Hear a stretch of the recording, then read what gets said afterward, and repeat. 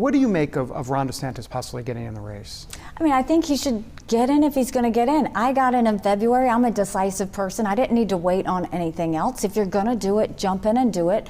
And, you know, I welcome him to the race. And I think the American people are ready to vet everyone. Yeah. And so, you know, I welcome him to the race just like I welcome everybody else. And, you know, let's let the American people decide. The Republican Party is scrambling to make someone other than Trump their frontrunner. Especially after the E. Jean Carroll verdict, it's going to be hard to sell the guy to anyone but his own base. And with his eligibility to run possibly in question, Nikki Haley wants to make a name for herself, throwing Trump's biggest threat, Ron DeSantis, under the bus.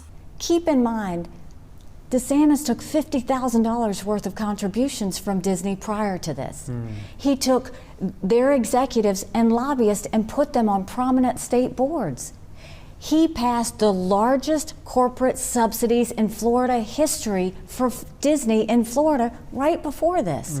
So suddenly they criticize you and you're going to have thin skin and do a lawsuit that causes taxpayer dollars? Well, every politician is crooked in a sense, especially in the Republican Party, so their scandals are no surprise, but they're quite fun to hear about, especially when it comes from someone who's supposed to be on their side. But as Trump collapses under the weight of his own actions, he's highlighting the failures of the Republican Party. The right is just extremely Trumpy now. And not only does that alienate voters, it alienates Republicans from each other. Some people will support Trump through all his many legal cases, and some won't.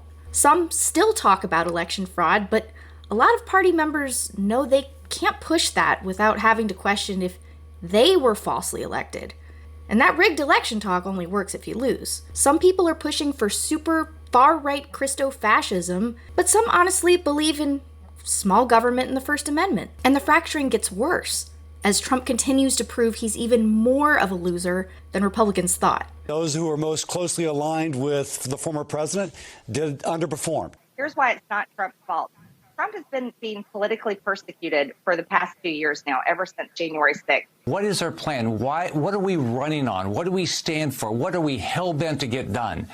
There's no plan to do that. He went out and did 30 Save America rallies all over the country. He endorsed something like 285 candidates. He held over 50 fundraisers. The people who stick it out for Trump, no matter what, make voters not want to vote for Republicans. But even worse, the extremism makes Republicans not support each other. But that's their problem. We lefties rarely see the right at war with itself, so we're having a great time watching it implode. Hey guys, thanks for watching. I'm Leah Cover. Be sure to check out more of my content on The Breakdown, and I'll see you in the next video.